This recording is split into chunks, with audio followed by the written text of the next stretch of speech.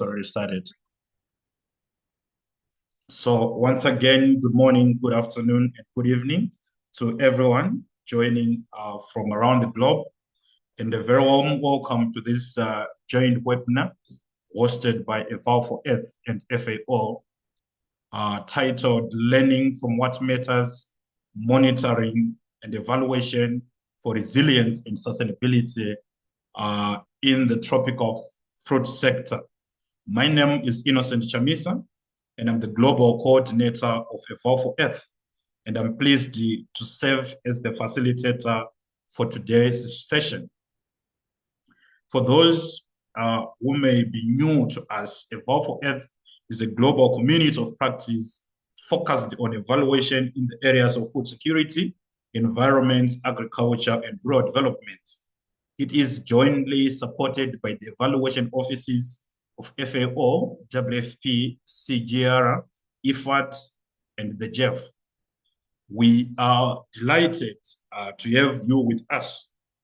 In today's session, we'll offer an opportunity to all of you to learn directly from the authors of the FAO technical guide, to understand how the guide is already being used in practice, to explore how monitoring, evaluation, and learning can support tropical fruit value chains to become more resilient and sustainable.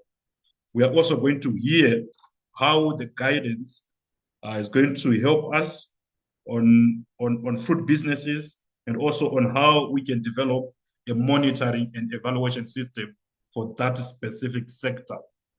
Without wasting much of our time, allow me to introduce our distinguished speakers from FAO. We'll start with Michael Ricks, who is the Technical Advisor, Markets and Trade Division at FAO. Michael brings 25 years of experience working on sustainable development within the United Nations systems. He designs and manages programs, mobilize resources, and foster collaboration in support of sustainable supply chains, responsible business conduct, and innovation. Michael also works closely with the private sector, governments, and civil society in tropical fruit value chains, helping improving risk-based due diligence, innovations, and responsible business conduct. Previously, Michael established and led multidisciplinary program that supported the application of the SFS principle for responsible investment in agriculture food systems. Michael, welcome and glad to have you today. I will then move on to introduce Maria Hernandez-Legana, who is also a resilience specialist at FAO. Maria is a development economist with over 10 years of experience in the humanitarian and development sectors. Maria has led the design and implementation of strategies to enhance resilience and sustainability of rural livelihoods, value chains, and food systems. Her work spans resilience assessment, value chains analysis, risk assessment, due diligence, policy analysis, and monitoring and evaluation. Maria has contributed to SDG monitoring and reporting, especially in the areas such as climate action, water use, sustainable agriculture, and poverty reduction. Maria is the lead author of FAO's technical guide on monitoring, evaluation, and learning for tropical fruit value chains. Delighted to have you with us today, Maria, and welcome. So briefly, let me walk you through today's agenda. We'll begin shortly with a presentation by Michael, which is going to provide background and context of this webinar. This will then be followed by the main technical presentation by Maria, introducing the MEL guide and its application. After the presentation, we'll open the floor for questions and answers. But please feel free to post your questions in the chat as the presentation is going on. We'll then have a time to have a look in the chat after the presentations. Then finally, we'll wrap up with some concluding reflections and the way forward from Michael, and I will then close today's session. So just some few housekeeping issues. Feel free to turn off your cameras but just kindly mute your microphone when you are not speaking so that at least we minimize disturbances during the presentations. And feel free, as I said earlier, to post your questions or comments in the chat box. We will take care of that during the Q&A session. As usual, let's be mindful of cultural differences and use respectful, inclusive language throughout today's session. I thank you, and thank you once again for joining. Now, let's dive into today's session. Michael and Maria, over to you, and I thank you. Great. Thank you, Innocent. Hello, everyone. As Innocent said, my name is Michael Riggs. I'm a technical advisor working in the Markets and Trade division of FAO. And in particular, we work in the team that is called the Responsible Global Value Chains team. So you'll hear more about this when I talk about our work. But as Innocent said, I'm going to provide just a quick sort of setting of the stage for today's main presentation, which will come from Maria. But I wanted to thank you all for your time and for your interest in our work. Maria and I really appreciate this, and we're glad to see so many people turn up. And we hope you find this interesting, and we definitely look forward also to your questions and to discussing some of these issues with you in the latter half of today's session. So the Markets and Trade Division at FAO developed and implemented a project to improve the sustainability and resilience of tropical fruit value chains. And this project was operational from the beginning of 2020 until the end of last year, December 31st, 2024. And we focus specifically on tropical fruits because they're an important source of food and nutrition security for both the producing but importing countries. And they're largely produced, in developing countries in the tropical parts of the world. So they're very important to the livelihoods of the people in these countries. So there's a big development impact potentially in working in this area. And to give you a bit of an idea of the scale we're talking about here when we talk about tropical fruits, we talk about the 4 major tropical fruits being avocados, mangoes, pineapples, and papaya. And last year in 2024, FAO reported that these reached a peak trading value of $11 billion US. So it's not small potatoes we're talking about here. It has the potential to have a tremendous impact on the livelihoods of a lot of people in developing worlds, as I said, as well as to continue to provide good and nutritious food for people in the major importing markets, as well as the countries that export them. In the context of our project, because the division looks at trade, we focused on fresh traded tropical fruit, particularly looking at avocado and pineapple. These 2 commodities were chosen because there were some interesting characteristics to them, which I won't go into very much, but we can talk about that more later if you like. But despite all the positive things about these commodities, there are some serious challenges facing the tropical fruit sector related to sustainability and resilience. And you could think about a lot of areas that are important. They're important in other agricultural production, but things such as extreme weather events, water scarcity, supply chain chaos that was caused by the COVID-19 pandemic, increasing greenhouse gas emissions from the production of these fruits and packing, changing market demands and new regulations that these producers, packers and exporters are facing related to exporting and importing, including on due diligence and reporting. So there's a lot going on in this field. There was a lot to work on, a lot to address. And in this nearly 5 years of project, we had the chance to work with over 250 people from around the world, largely, as I mentioned, from the producing regions of Latin America, Africa, and Asia, but also with people in Europe and North America involved in importing and distribution. And working with these groups, we worked first to assess their and prioritize the challenges that they face, the challenges in making these value chains more sustainable and more resilient, and then prioritizing them. And the project developed an extensive collection of practical tools and publications to address these challenges.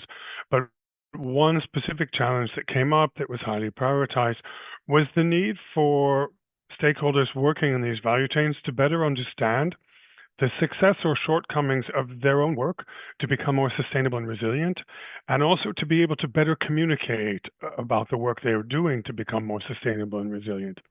So it's a little bit of a two-faceted approach, but how could they get better information, better control over the work they were doing so that they could themselves do better, but also so that they could communicate and report on this, communicate maybe informally, but even reporting formally, whether it was to deal with reputational issues or to talk to media, or eventually to have to be able to report very formally to meet regulatory requirements of importing markets.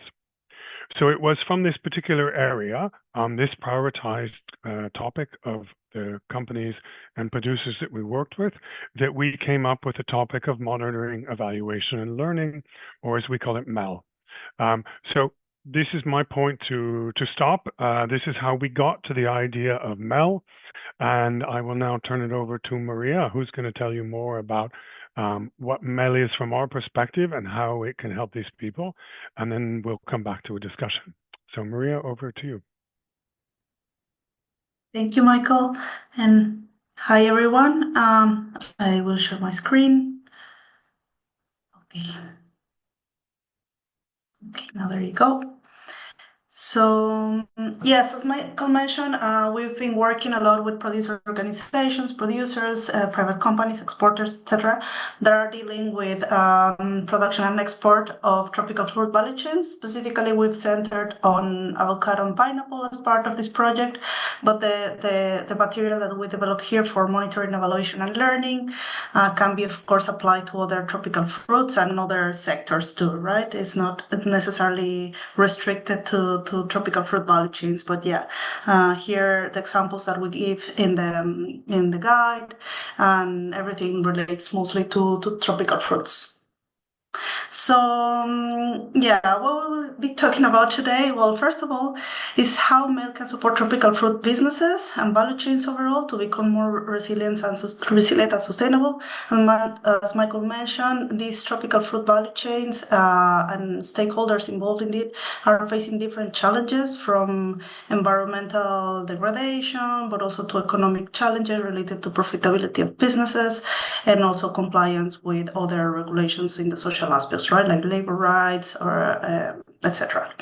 And also we are going to be discussing about the different steps that businesses and other stakeholders can take to implement or develop a monitoring evaluation system for their operations. So first of all, I wanted to talk briefly about why we decided to develop this guide, and it relates to what Michael was mentioning before, right? First of all, it's because we wanted to help the stakeholders engaged in these value chains to enhance the sustainability and resilience of their operations, right? And mostly we wanted to do that through enhancing or improving the evidence that they had available for decision making. Then we also wanted to support these businesses to comply with market regulations. As Michael mentioned, there are increasing requests from international markets, especially importing markets, to demonstrate that they are doing things right, in a sense, so that they are being more sustainable, so they are not harming the environment or society, communities they engage with in the operations. Then we also wanted to fill a gap in terms of guidance for implementing and developing a monitoring, evaluation, and learning system in tropical fruit businesses. And this was also a request that we received from the participants of the project when we conducted a survey and a resilience study as well.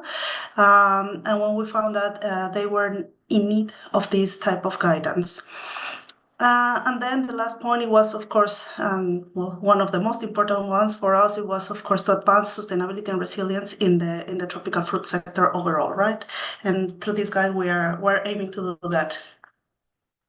So in the context of tropical fruit value chains and businesses overall, so we wanted to first frame what monitoring, evaluation, and learning MEL was.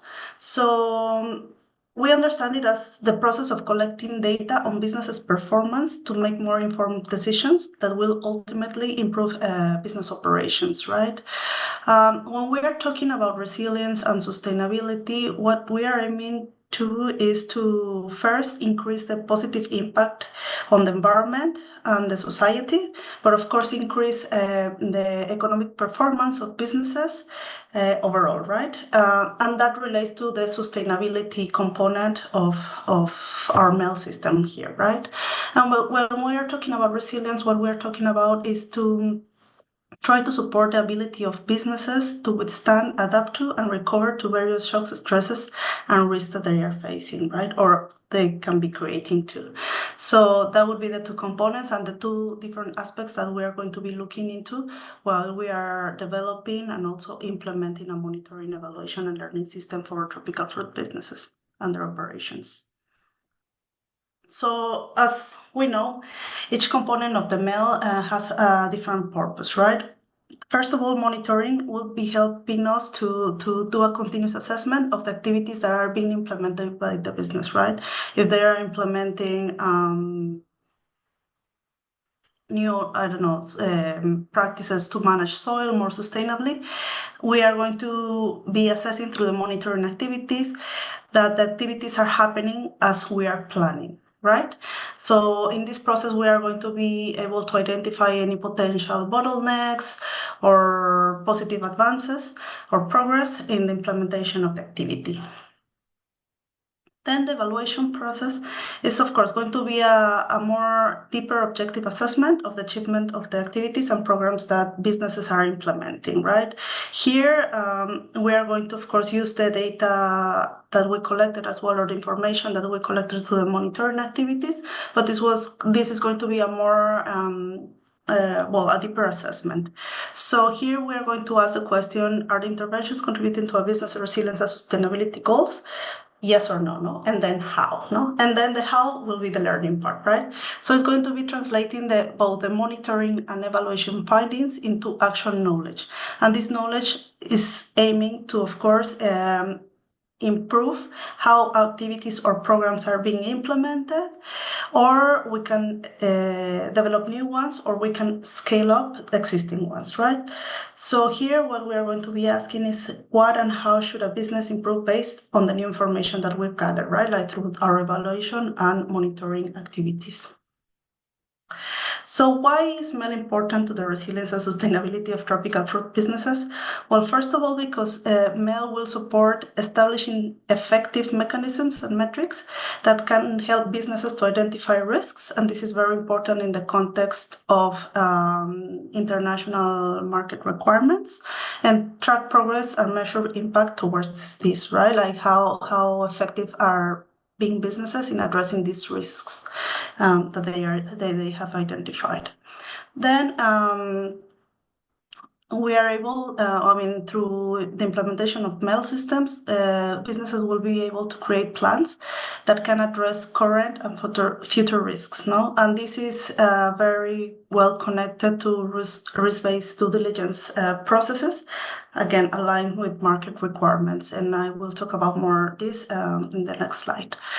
Then, of course, MEL, as part of one of its core components, is going to support learning from results. And as mentioned before, it can help the businesses to improve their activities, scale up the ones that are successful, and then or stop doing activities that might not be as good as expected. No. Evidence generation would be a core part of MEL, and this is very important, especially when businesses are trying to back up their sustainability claims and all their reporting. And in turn, this will increase, of course, transparency and accountability of businesses. And this is very important in the context, again, of market access and overall trade, because this will help businesses not incurring practices like greenwashing, and could help them to become more, have a better reputation and have better access to or comply with market regulations that require to be more transparent too.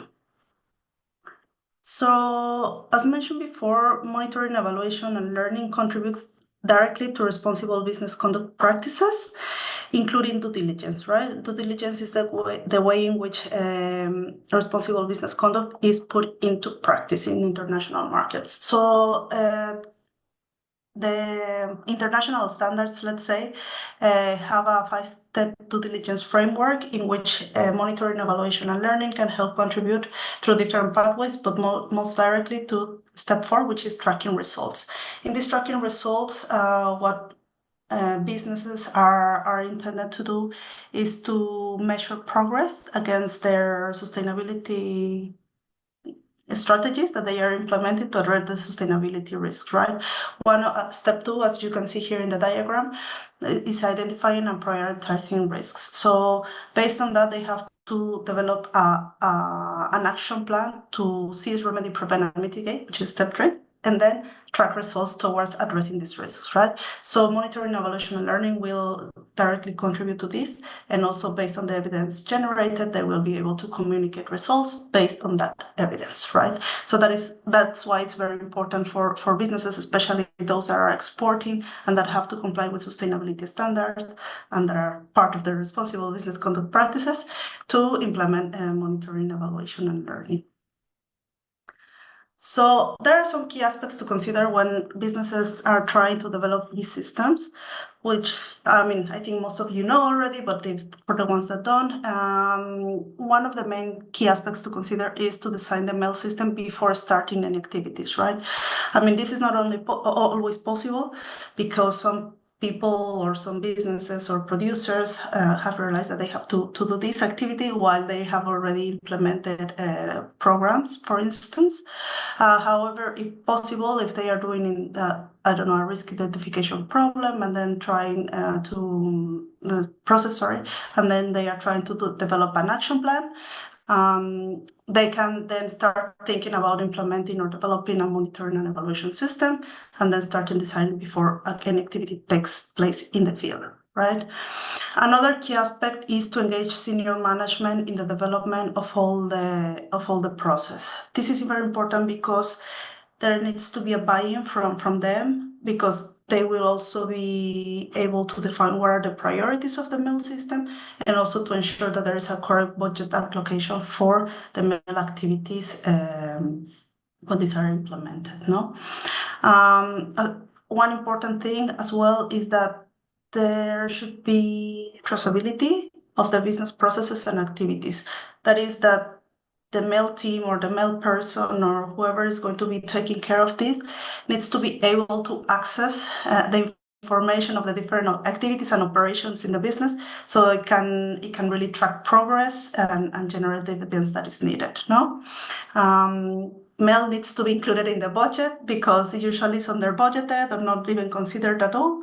And that's why it's important as well to get a buy-in from senior management and other stakeholders in the business or in the association or whoever wants to do this, because otherwise it would be kind of impossible to implement a MEL system.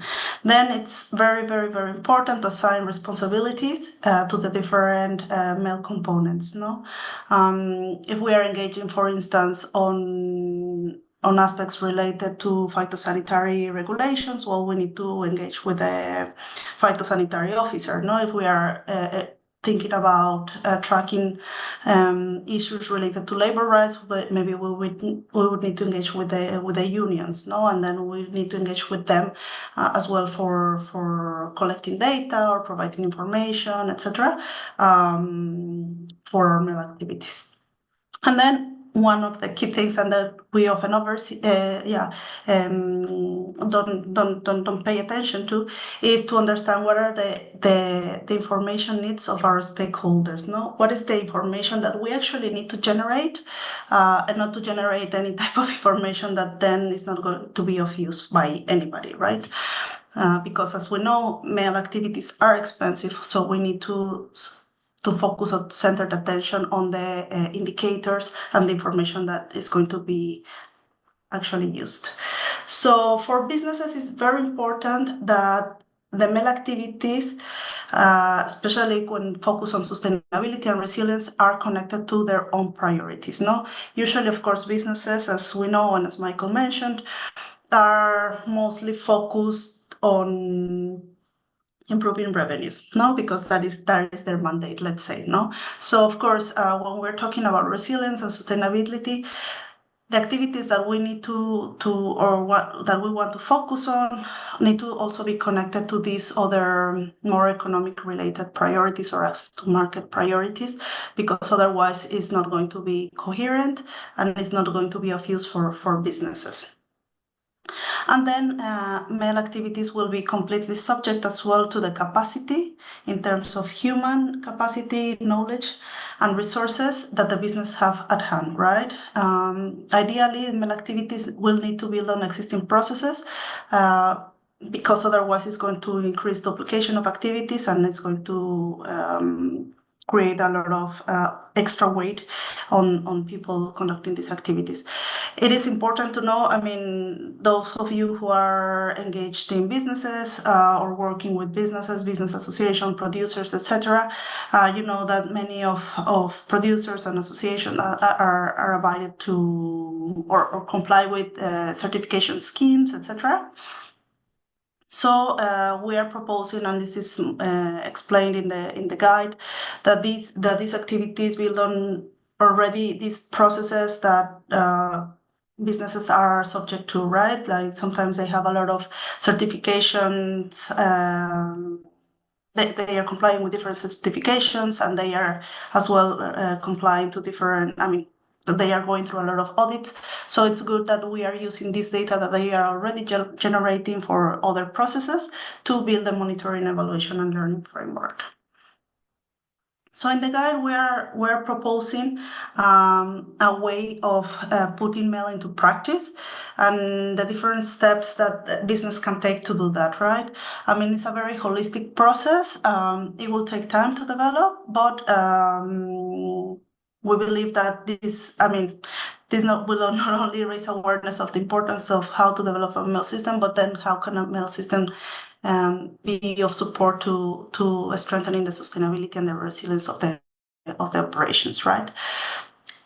This again is aligned to all the responsible business conduct practices of framework, and then can support like other, not only MEL, but like other objectives of responsible business conduct for businesses. Well, so the first step for developing a MEL system is to understand the context, right? And this is really related to the risk assessment that businesses do for their due diligence process.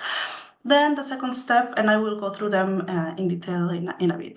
Then the second step would consist of developing a resilience and sustainability strategy for the business. Then businesses will identify the target audience for the MEL system. As mentioned, we will need to generate the data that is only useful for us or for businesses. Then they are going to select the indicators. They are going to select the monitoring evaluation tools for data collection. Then they are going to analyze and process the data, and then they are going to report and make decisions based on this new evidence that is generated. The process is not going to be linear as shown here, but it's iterative, right? So we will need to go back and forth depending on how we progress in the MEL process.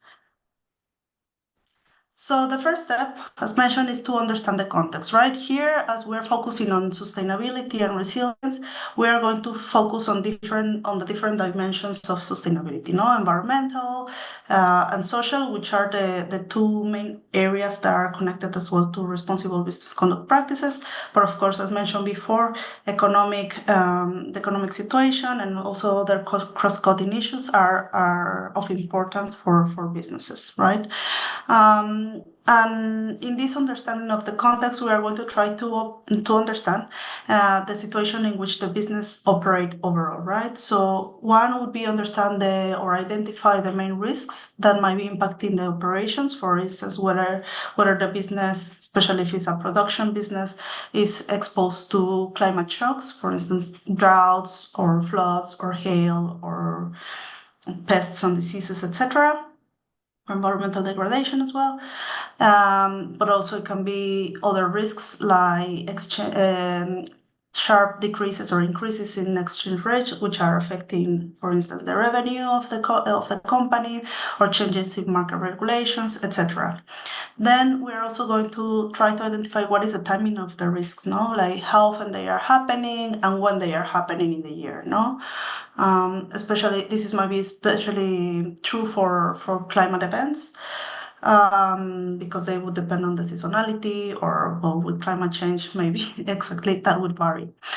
Then we're going to try to understand what part of the business operations, whether it's production, packing, transportation, etc., is being exposed, and who is being exposed to those risks, right? Whether it's our workers, for instance, those who work in the field, where they are exposed to extreme heat, no?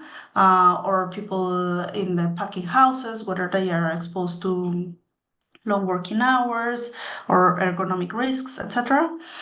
Or the communities, no, we engage with. For instance, if we are polluting water resources, well, if businesses are polluting water resources, whether this is affecting communities nearby the company, no? And then, of course, as well, we are going to try to understand what is the capacity that already exists at the business level to address those risks. And therefore, what we need to build, no, or to strengthen in order to be able to respond to these risks. Then the second step, and is the most interesting one, I guess, is to develop a resilience and sustainability strategy for the business. No, the strategy will say, which is basically a theory of change, what we want to achieve or what the business wants to achieve and how it will get there, right? So this strategy is going to set out the short and long-term goals, so where the company wants to get, and it's going to define how they will achieve those goals, right? So the specific actions, activities, programs, and stakeholders, for instance, to be involved there. So for those who are engaged in monitoring and evaluation, I mean, you know that there are these two different tools. One is a theory of change, which is a more dynamic and flexible tool where different outcomes and pathways can talk to each other, whereas the logical framework as well can give us a more structured approach, but it's a bit less flexible for implementing. But both tools can be helpful for developing this strategy for the business. So how to build the strategy in practice? No, the first thing, or the approach that we are proposing, and it's based on most of the literature out there, is to first set the resilience and sustainability goal. No, so what does the business want to achieve in the long term, right? It is important to keep in mind that this is not fully controlled by the business, because it will be also influenced by other external actors, right? For instance, if there are market regulations that are changing, okay, this is not under the control of the business, but it's going to affect the business, and of course how the business is going to accomplish, or whether it's going to accomplish that goal. Then the second step is to define the outcomes, which would be like midterm goals or the targets. And here we're going to be asking what needs to happen to reach the goal, right? So how these midterm outcomes are going to help us achieve the ultimate goal that we are setting for the business. Then the third step is going to set up the outputs, which would be similar to the outcomes, but it's going to be more focused on the short term, right? So here the question is, what is the business going to do to achieve the outcomes, right? So as you're seeing, like, we are starting from the end to the beginning, so as a way of constructing this strategy. And then the fourth activity, or the fourth step, it will be to define the activity. No? So what actions or specific activities is the business implementing or taking to deliver the outputs, no? To reach those goals, and short-term goals, for instance. And in this case, what is important to remark is that the actions are the only things that is fully under control by the business. No? And this is very important, because this is where all the resources that we have, the capacities that we have, are going to be invested in, right? As mentioned, this strategy is constructed or built in reverse order because it's easier to identify where we want to get, and then based on that, identify what are milestones in the mid and long term to get there, right? All these strategies that we are building are going to be considering the shocks, stresses, and risks that we identify in the first place, based on the understanding of the context, as well as the populations, the groups, and landscapes that are going to be benefited by the strategy, right? And this is also related to the context analysis that that was conducted in the first step. So for company A, there is the ultimate goal, which would be the step 1 here, which is the set the resilience and sustainability goal, which is in the next decade, despite extreme weather events, the company will consolidate its position in national and international markets by offering safe, healthy, and sustainably produced fruits, increasing the profitability of growers and well-being of all workers. This is a very ambitious goal. Ambitious goal, sorry, but it's actually, it comes from a real case from a producer association in the tropical fruit sector. So I want to open the mic here if anyone has a comment or a question on what short and midterm steps and activities can be taken by the company to achieve this goal. Feel free to unmute yourself because I cannot see any hands or questions. Or Michael, can you help me with that? Yeah, no problem, Maria. I can see. Thank you.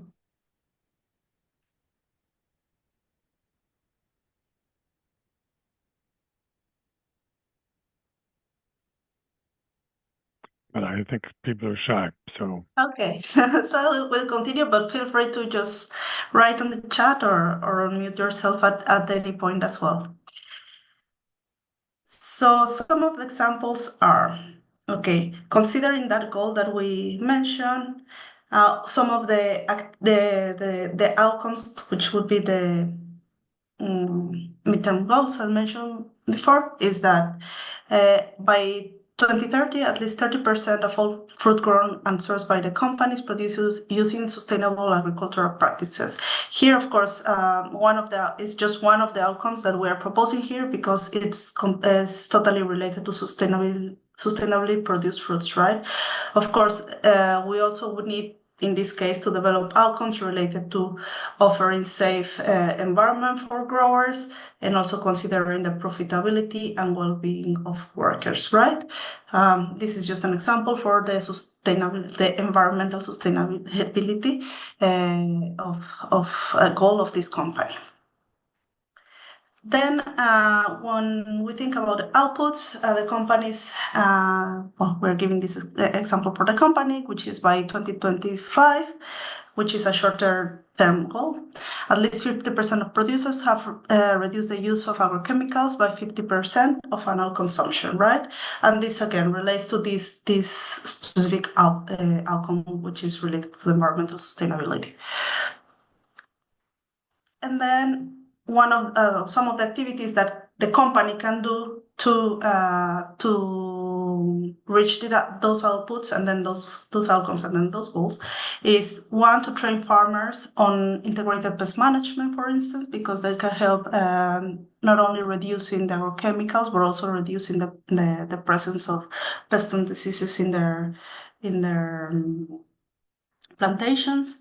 Then they will purchase inputs that have lower chemical load and, of course, in accordance with national and international laws and requirements from international markets. And then they will do capacity development on phytosanitary regulation and maximum residue levels for the growers in the association, right? So based on the context analysis that they conducted, they have realized that they are experiencing extreme weather events in the farm, and then there are stricter environmental and social regulations in the market. So that's why they need to focus on agrochemical use and reducing the use of this. The beneficiaries of this strategy is going to be the business itself, then the company growers, because they will be completely, and workers, no, because they will be completely impacted by the strategy and the goal, as we can see from the end goal, right? Because we are referring to growers and workers here. So this is just one example of one outcome that we're proposing here. But of course, the strategy would be much larger and then would include other activities and other outcomes and other dimensions of sustainability. Then the third step is to identify the target audience of the MEL system, right? So here, as mentioned before, we're going to prioritize those stakeholders who will actually use the information and the learning that we are going to be generating through the MEL system, right? So we will have two types of users. First, the internal users, who are those with a high stake in the business activities and who makes the decisions, right? And this is important because they are the ones that really want to learn what's going on at the business level and where we have to invest our resources in, no? So some of these internal users are the board of directors, senior management, divisional directors, and local communities, especially if they are directly impacted or engaged in our activities. Then the external users are those who are not directly engaged in the business activities, but may have an interest in the activities of the business, no, and making things right. No? So some of those are importing companies, consumers, because they would need access to better fruits in this case, no, and safer fruits, service providers, retailers, certification bodies, policymakers, researchers, and other audience, right, that you may think. So here we are, of course, when we are developing the MEL systems, we are going to mostly focus on the internal users. But then if there is a strong need to generate information for external users, especially for the certification bodies, if the business is complying with the different certification schemes, and of course consumers and importers and retailers, well, different information needs to be generated for that audience too. Then the fourth step, based on these needs and the goals and the strategy that we are developing, we are going to be selecting the indicators. So the indicators are going to be selected based on what needs to be measured, so prioritizing information that we need. Who is the business targeting as part of the strategy? So in the previous example, we have the growers and the workers. Then how much? So we are going to try to quantify what success looks like. So by 50%, by 15% increase or decrease of whatever the indicators, the case that we had before, like the reduction of our chemical consumption, and then by when. So what is the time frame that we need when we need this to be achieved by, right? So the important thing about indicators is that we have consistent results over time, so we are able to track the progress under the same conditions, right, in different points in time, because then that will allow for comparison and for us to tell us whether we actually achieved what we wanted to when we set to, right? So we have another example of a short-term goal, which is an output, which says that by 2027, all farmers and growers have increased their efficiency in water use for irrigation. So here, the purpose of an indicator that we need to generate is, one, to measure if the company farmers and external growers have improved their efficiency in water use for irrigation, because we're measuring here, and also because we need to inform due diligence and certification requirements, right? So because as part of our due diligence process and also by the certification body we are reporting to, we need to declare that we are actually not creating water scarcity or water stress in the resources that we are using by the company, right? So here in this example, as I mentioned before, we have 4 aspects to consider. So the what is the increase in water efficiency for irrigation. Then the who is all farmers that are part of our company or association. how much is by 30%, and then by when is by 2027, right? So here we are going to, based on this output, we are going to generate two indicators that are going to help us respond to the needs that we had before, right? So here, one indicator that is proposed is the number of farmers with high water efficiency irrigation systems and or using good water management practices, right? In this case, we are going to be measuring the quantity of farmers that are using these systems, either efficiency in irrigation schemes used or better practices to manage water at the farm level. And then for our our certification mechanism, we are going to be defining this indicator, the second indicator, that is water use for irrigation per hectare. That will quantify the water used and is going to be aligned to the requirement of the certification body. And this, for instance, this indicator, the second one, comes directly from a certification scheme, right? So this is important because, as I was mentioning before, we need to build, or businesses need to build on existing processes to avoid the duplication of data collection and time, right, that they are dedicating to these activities. Then the fifth step is to select the monitoring and evaluation tools for data collection, right? As you know, the MEL tools are instruments that will help us generate information to measure the indicators that we defined in the previous steps, right? So depending on the accuracy of the data that is needed and the amount of data that is needed, we will need to use different tools, no? So the most known ones are surveys, lab tests, especially for those that need to track specific indicators like soil health or pesticide level or water extraction, etc. Then existing reports from other sources, checklists, interviews, for instance, with communities or with workers, just spatial information, especially if we are working especially like in large plantations, right? It could help track different indicators, for instance, related to deforestation or afforestation, reforestation type of activities, etc. And the indicators will be selected on different types of needs, right? One, because on the type and size of the activity that is being implemented by the company, no? If it's individual, so at individual level by worker, for instance, or also by plot or watershed or landscape, no? So if it's a watershed, maybe it's important to use just spatial information. Then, based on the complexity and accuracy that is required in terms of information, so if we need to use this information to report to the retailer, no, or to make investments, how accurate the data needs to be, and based on that, we're going to select the tool, and then of course, based on the budget that we have available, that the company has available, because even if there is need of high accuracy or we have a big landscape to cover, if there is not the budget available, maybe we need to select one tool or the other.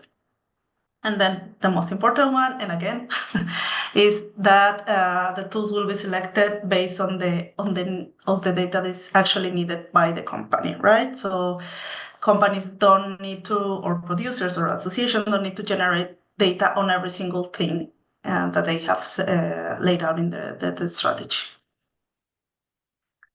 Once data is generated to the data collection, this is going to be processed and analyzed, no? So it is important to do this process, and I know that might sound stupid for some people here, but most of the data that is collected is actually not analyzed, and this is something that we realized with the companies and producers and producer associations we work with. They collect a lot of data, but this is not analyzed, right?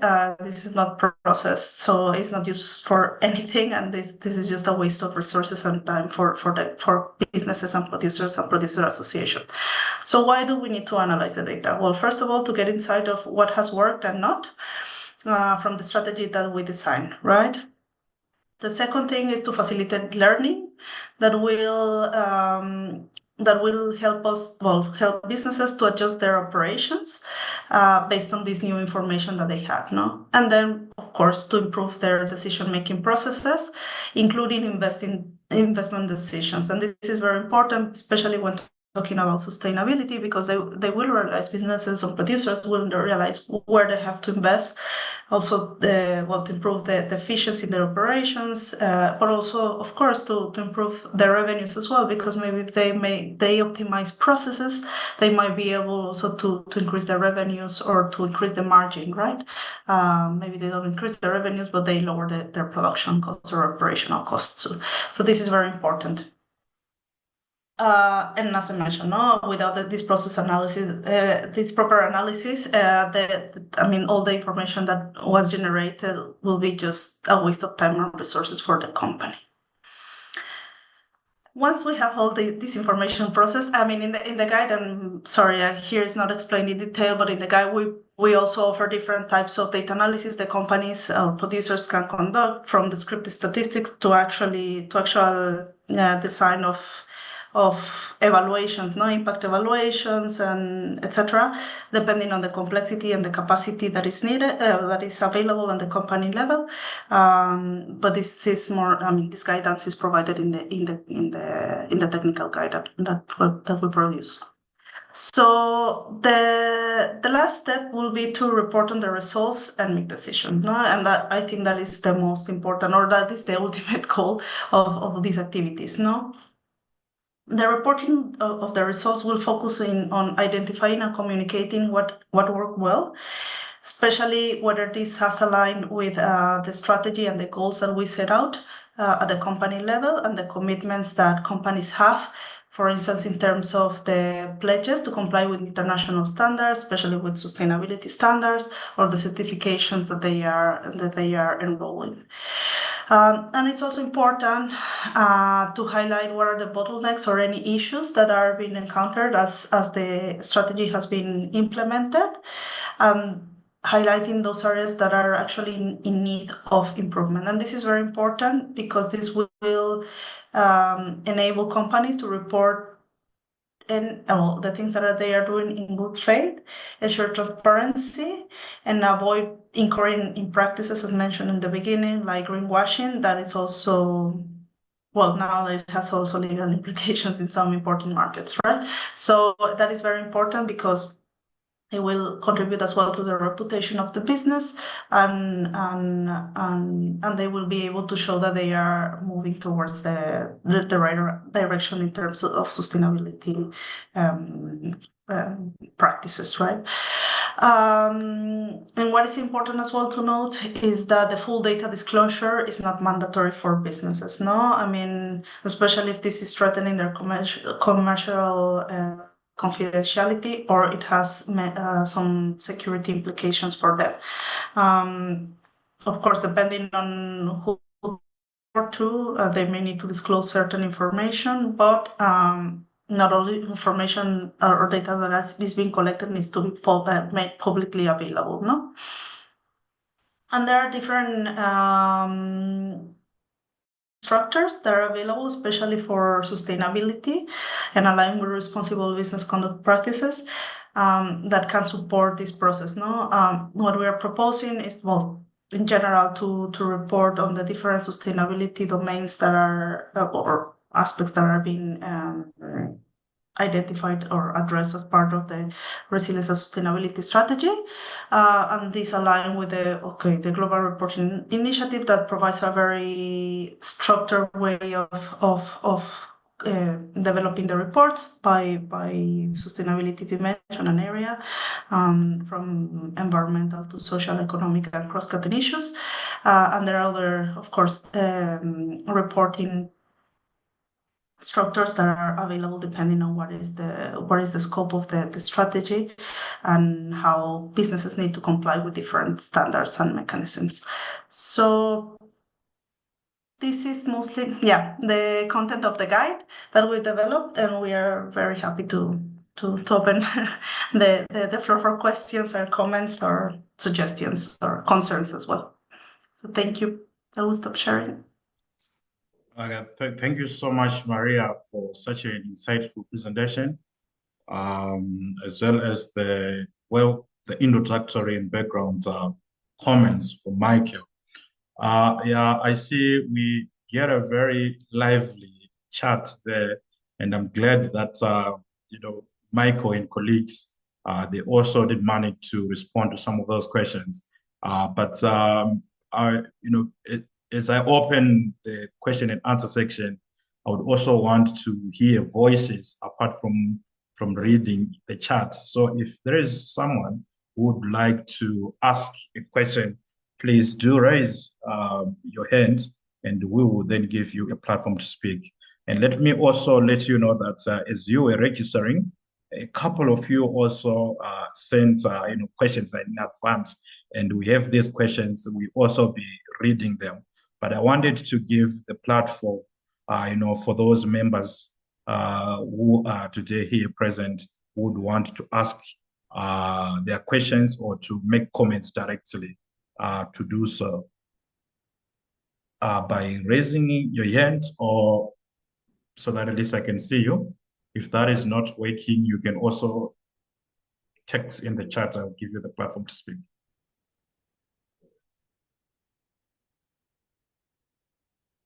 I see Dick Tinsley. Would you want to ask your questions? I've Dick Tinsley.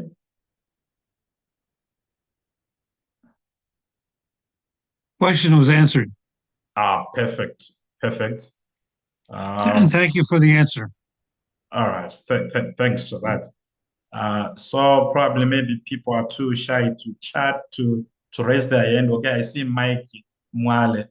Let me give you the platform, Mike. Mike Mwale, the floor is yours. Please go ahead and ask your comment or question, please, Mike. All right. Thank you very much. My name is Mike Mwale. I'm from Zambia, and I'm a monitoring and evaluation specialist. I do offer consultant services in monitoring and evaluation services. So my question is around working with the business or the business sectors or firms that are in the business sector aiming for profit making. I wanted to find out what strategies have you used to convince these businesses on the need for them to have monitoring and evaluation systems in place. Because most of these businesses are in for profit making, and the key is always to reduce the cost of production and all these other activities that will require a certain cost. So what strategies have we put in place to ensure that they appreciate monitoring and evaluation in the work that they do? Thank you. Thanks a lot, Mike. We've taken note of your question. Maybe before I cross over to Maria and Michael, maybe I'll take another question from Yimat. Let me give you the platform. Yimat Karot, please, the floor is open. Yimat.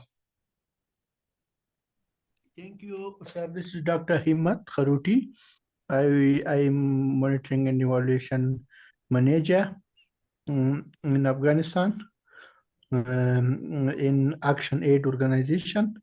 So I would like to, if you can please, that we also have Afghan MEL Association. So if you can please support our initiative to develop the capacity, especially in indicators, and we need some capacity building and some other support.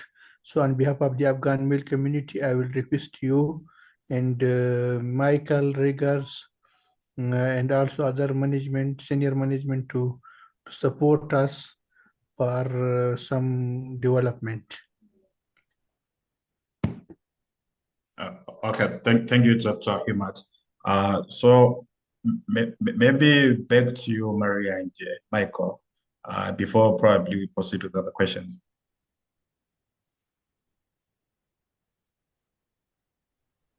Maria. Maria, I'm going to let you answer to start, but did you see also the question in the chat? There's a follow-up question. This is following up on Mike's question. This is from Lasha. For a profit-driven company, the primary concern is often the bottom line. In your opinion, how implementing a MEL system based on this guidance could or should contribute to increased revenue and reduced costs and improve market access for our topical for business? So we're really looking at what is the links between MEL and the concerns that a manager would have in maintaining economic sustainability, I think. Thank you, Michael. Yes, and actually that's very connected to the response that I was going to give. So thank you for that, Lash, as well. Yeah, I think one of the main motivation for implementing or developing a MEL system is through better information. Businesses or associations or, well, yeah, for-profit entities, let's say, can make better decisions for optimizing their operations, no? And that is one thing that will directly contribute to perhaps lowering costs of production and processes in general.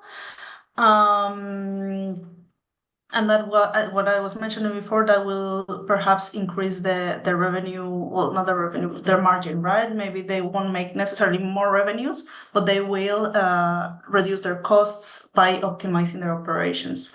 In some cases, they might increase the revenues by, for instance, if they are able to back up based on evidence, right? Their sustainability claims, they may be able to access new markets. Niche markets or higher value markets, or maintain their access to existing markets, right? This is something that we've seen, and maybe Pascal is here as well, with the World Banana Forum. They are focusing, of course, on banana production, value chains, etc. And they have developed, still, but we haven't implemented it fully yet, but a tool on carbon and water footprint measurement, right? And through the use of the tool, producers and companies, etc., have been able to measure their carbon footprints in their operations, and as well the environmental impact on water extraction and use. Through these processes, they've been able to take better decisions in how they are using inputs at the company level, or in their operations, and then like how to make these processes more efficient. But then, based on that, especially in some important markets, some retailers have been asking about what is the water or the carbon footprint of businesses. And by measuring this, companies have been able to maintain their access to markets and perhaps now start negotiating better prices, let's say, for their bananas, right? So I think that is one good example of this. Thank you, Pascal, for posting that. And then the other part is, yes, I mean, again, like another motivation is that now as international markets are demanding more evidence, or are demanding businesses to be more aligned to sustainability practices through responsible business conduct and due diligence processes. MEL directly contributes to that, right? As I mentioned before, I mean, through the approach that we're proposing to the guide, which is basically understanding your context, which is basically understanding your risks, not only the ones that you're facing, but the ones that you are producing through your operations. This is one of the steps of the due diligence process, which is step 2, and then through the monitoring and evaluation process, businesses can track their progress towards their sustainability actions, and then, which is step 4 of the due diligence system, and then based on the evidence that is generated, they can support as well all the reporting process that they need to do as part of this, which is step 5 of the due diligence process. So, and by doing so, they can guarantee somehow their access to market, or at least maintain it. And then there was another, and then I think that would be like the main motivations or the main reasons for companies using this.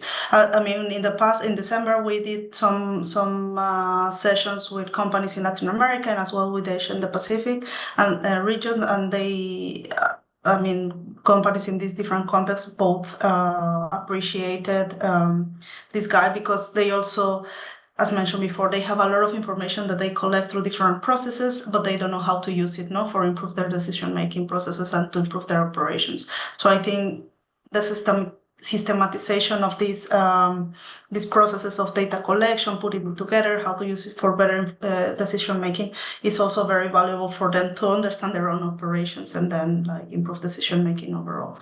So I think that is a very good motivation, and it's coming directly from businesses in different contexts.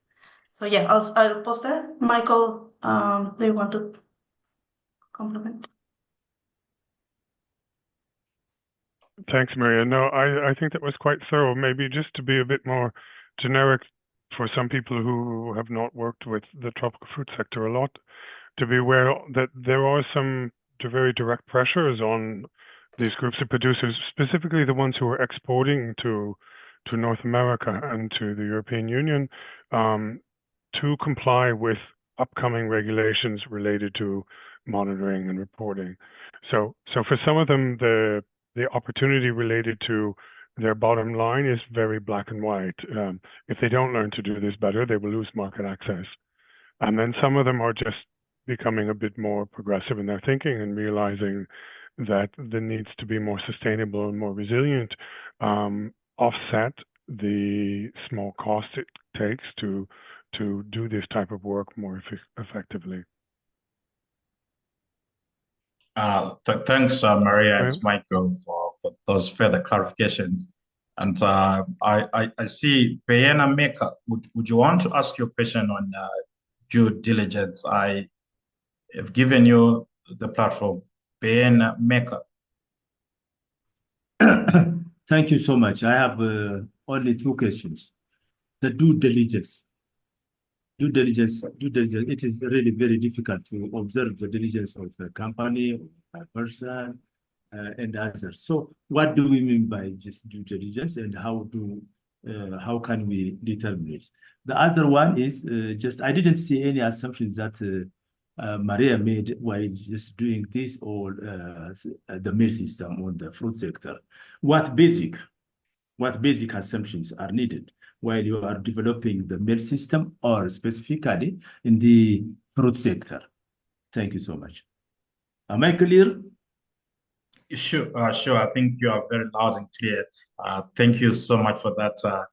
We've taken notes of your questions, and we'll get back to you shortly.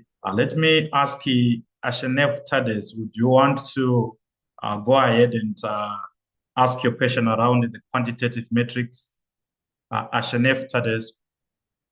Yes, thank you so much. Good evening, good afternoon, everyone.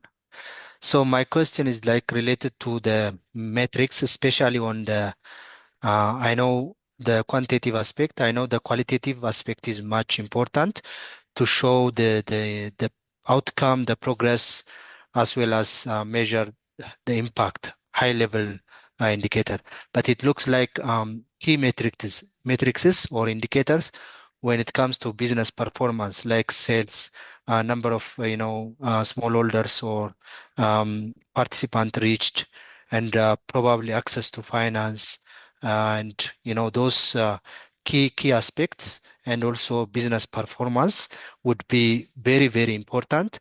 And we need to look at that case by case from each individual business, to what extent they are progressing and also becoming more resilient, even with the existence of shocks and stresses, as well as risks, and to what extent they are reaching last mile and creating opportunities so that the smallholder farmers income would increase, and their well-being as well as resilience capacities being improved. Over. Oh, thank you so much, Cyrus, for that. Maybe Maria and Michael, maybe we can take these two questions before we move on to the other questions. And just as a reminder, if you would want to speak just like Tades, please do raise your hands. We will see you and give you the platform to speak.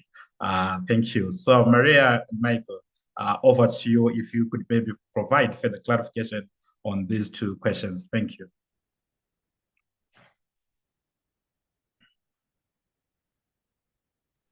Thank you. Thank you, Michael. Yeah, Michael just posted the direct response on due diligence. So that relates directly to that, right? Like due diligence is the process through which companies identify, assess, mitigate, prevent, remedy, and report on how they are addressing the negative impacts. I will just share my screen very briefly because it's just what I mean, it's part of, okay, what I presented, just so you, I mean, it's what Michael posted, of course, on in the chat, but then you can see it here, right? So this is the 5-step due diligence framework that is proposed by the OECD and FAO. And this framework basically tells us, well, first of all, due diligence in this context is the way in which we put in practice responsible business conduct. No, and what is responsible business conduct is operate a business in a way that they are not damaging the environment and the society, right, through the operations. So there is a double phase, let's say, of the risks. One is the risks that are affecting the operations, for instance, climate change, no, that is a risk, or changes in market regulations. But also there are other risks that are the ones that are being created by companies, no, through their operations. For instance, if they are using a lot of agrochemicals, they might be polluting the soil, the water, and then they are also creating safety risks for consumers, right? That they are consuming or eating these pesticides, for instance, etc. No, or other practices, the use of unsustainable soil management practices, which are degrading the soils, or they are deforesting, etc. So they are creating new risks through the operations, or they might be violating human rights by, I don't know, employing kids, well, children, no, in the plantations or in the packing houses, etc. So these kinds of risks can be created through the operation. So responsible business conduct aims for companies to identify these risks and address them, right, to prevent this. So due diligence is a process in which companies will identify basically these risks, and then they will try to actively and proactively address them, right? So the 5 steps consist on: 1, commit to RBC, to commit to responsible business conduct practices, which is businesses will say, we are committing to being more sustainably, environmentally and social sustainable, and respects human rights and environment, no, basically. We have a guide, well, 2 guides, one for avocado and one for pineapple, on responsible business conduct practices. We can also share them here so you can see how this process is done in practice, right? And we provide a lot of examples on how this is done. Then businesses will identify and prioritize those risks. So in these 2 guides, we have a risk mapping through the different dimensions of sustainability, saying, okay, in this sector, maybe the environmental risks can be this, then the social risk that, and that, no? So based on that, companies will map their own risks and identify the ones that they need to address first. Then based on those that they will address first, they are going to develop an action plan, what they call, and this will be aligned to the resilience and sustainability strategy that we talked before, to seize, remedy, prevent, and mitigate those risks that are taking place, right? The main purpose, or the main, not purpose, but the main goal of this activity at some point is that we actively prevent the creation of new risks, or that the risks that may exist materialize, right? Because we don't want them to become real. Then once we develop our action plan, or businesses develop their action plan, they implement their monitoring and evaluation, or whatever system that they have in place, to track the results or the progress towards this action plan that they have developed. And then they will communicate results, which is, okay, how well they have done to address those risks, and then what else needs to be done, right? And this is, here's a wheel, right? Because it's a never-ending process, no? Because maybe, companies will address those risks that are more urgent, which are usually connected to human rights risks. but also other environmental risks. And then they might attend afterwards those that are less urgent in a sense, right? So I just wanted to explain this because this way maybe it's easier for you as well to place what we are referring to when we are talking about due diligence and how MEL fits into this, and then especially for profit entities, how they might be motivated to do this due diligence process, and then MEL as well, and how that would feel for their increasing their revenues and access to market. So that was a point that I wanted to make. And then well, as the basic assumptions that you were mentioning before, I think that, I mean, one thing is that, of course, like sustainability will be positive, let's say, or will improve the livelihoods and the business's performance in the long term. I think that would be a main assumption to make, because then that would be the motivation for businesses and producers to implement sustainability or responsible business conduct practices.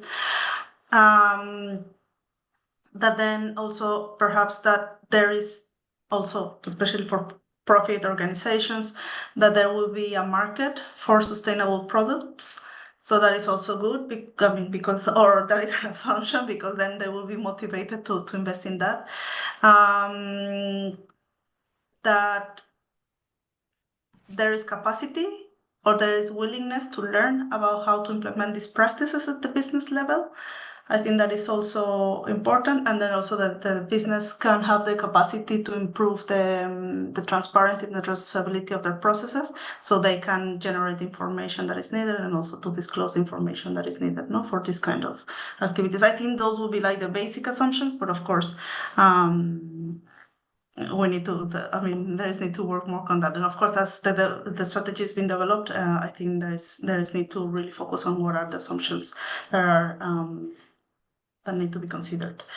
And sorry, the second question, sorry, I took notes, but I can't sorry, remember, Michael, maybe.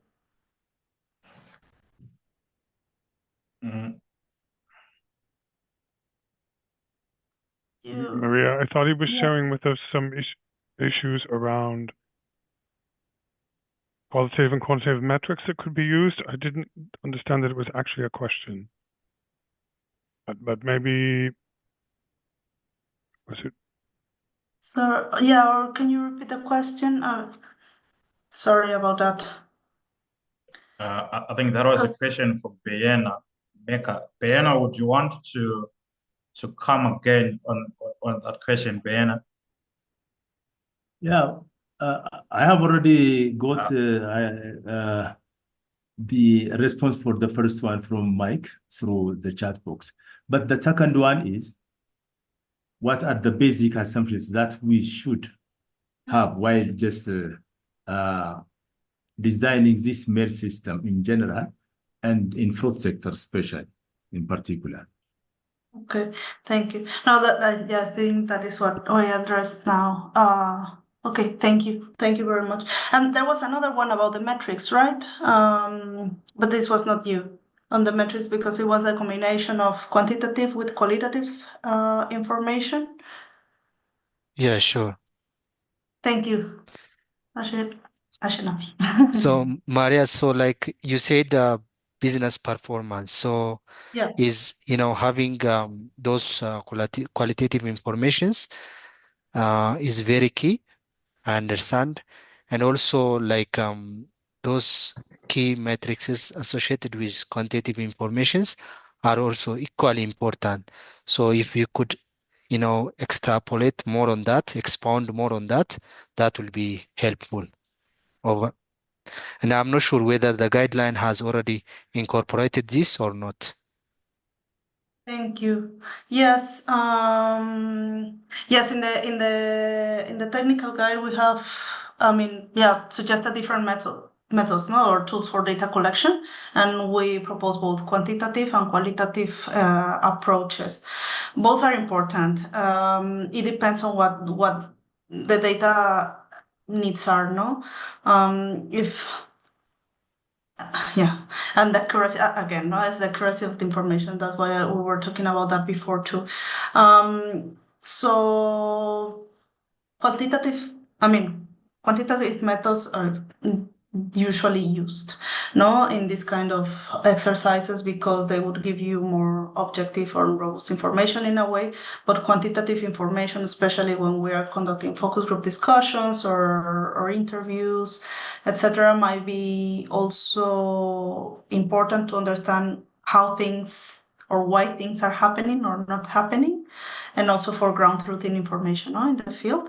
Especially, for instance, if we're using geospatial data, maybe it's important to conduct some interviews with communities to understand whether what we are seeing through Earth observation data matches what is happening in the field.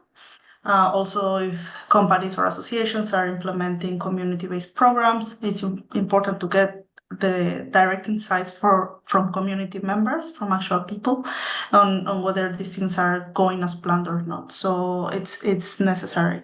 Then the quantitative information might be more helpful, especially like if we're relying on lab tests to back up our claims, or business claims. There might be more important, and that relates to the accuracy of the information that is needed, especially for audits conducted by certification bodies or for demands that are required by retailers or importing markets. No, so both are important. It depends on what you want to measure and what you need to measure, and who are yours again, your stakeholders, no, for that information.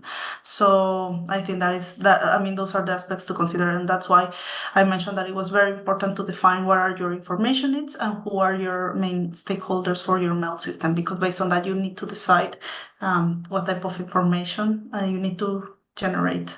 Yeah, and then the tools that you need to use, right? But both are important and they are super complementary, and strong advice to use both. Yeah. Thanks a lot, Maria, for that extra clarification, and I hope Behene and Tedes, you have been answered. But I'm sure this conversation can continue even beyond this webinar through the community of practice. We can always further these discussions. I think we have about 8 minutes to go. So maybe I see Nesta. But I have quite a couple of questions, as I said earlier on, which you submitted on registering.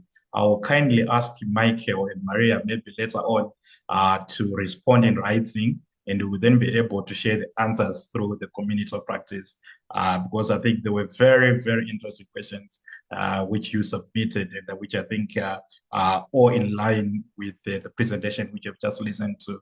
But I see before we conclude, I see a hand from Nesta. So maybe Nesta, I will kindly ask you to make your comments or ask your questions, briefly, and I will then hand over to Maria and Michael for a short response before we close the webinar. So Nesta. Yeah, and sorry, and I just want to clarify when Maria mentioned about the assumptions. Are you referring the assumptions to the strategy, resilience strategy? Because I don't think the assumption is on the MEL system as somebody asked before. I understand that the assumption will be tracked through the MEL system. Is that correct? But the assumption should be for the strategy that you just mentioned, like your theory of change. Is that correct? The graph you presented, what Yes. your main goal, and then tracking all your outcomes. So on that one should be the assumptions. I just want to be clear on that.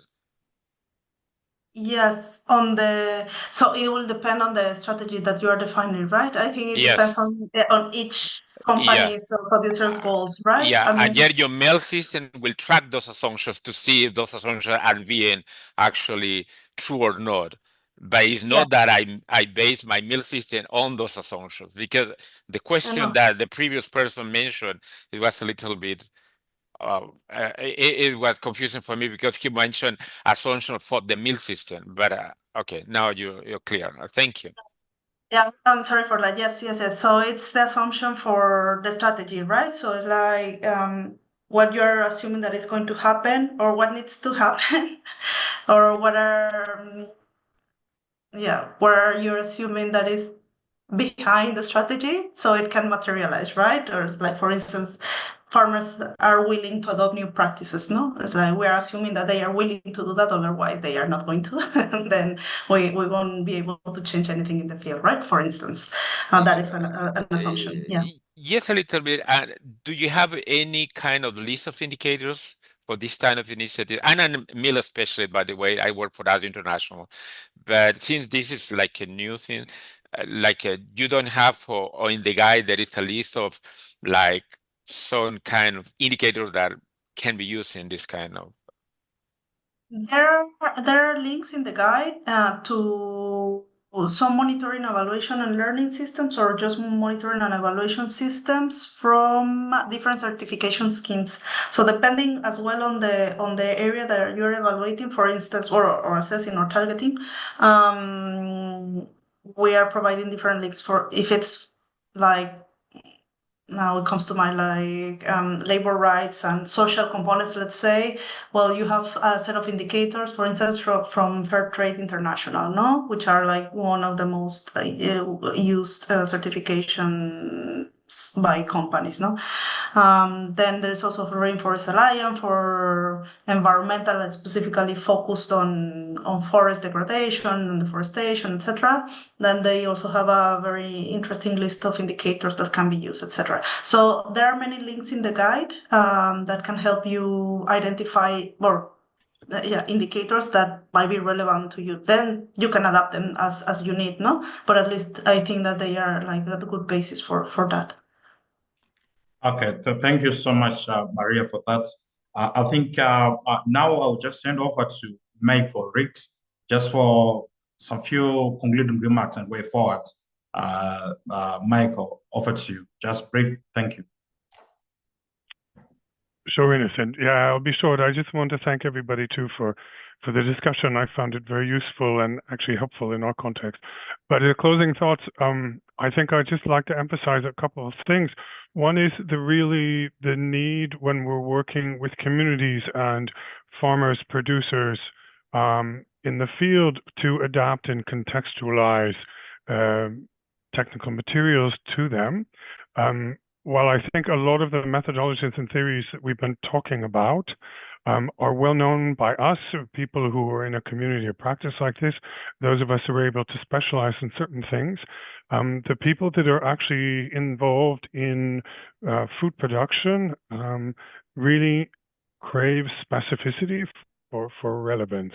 And it's through creating this relevance that we are able to achieve hopefully greater uptake of this than we would otherwise.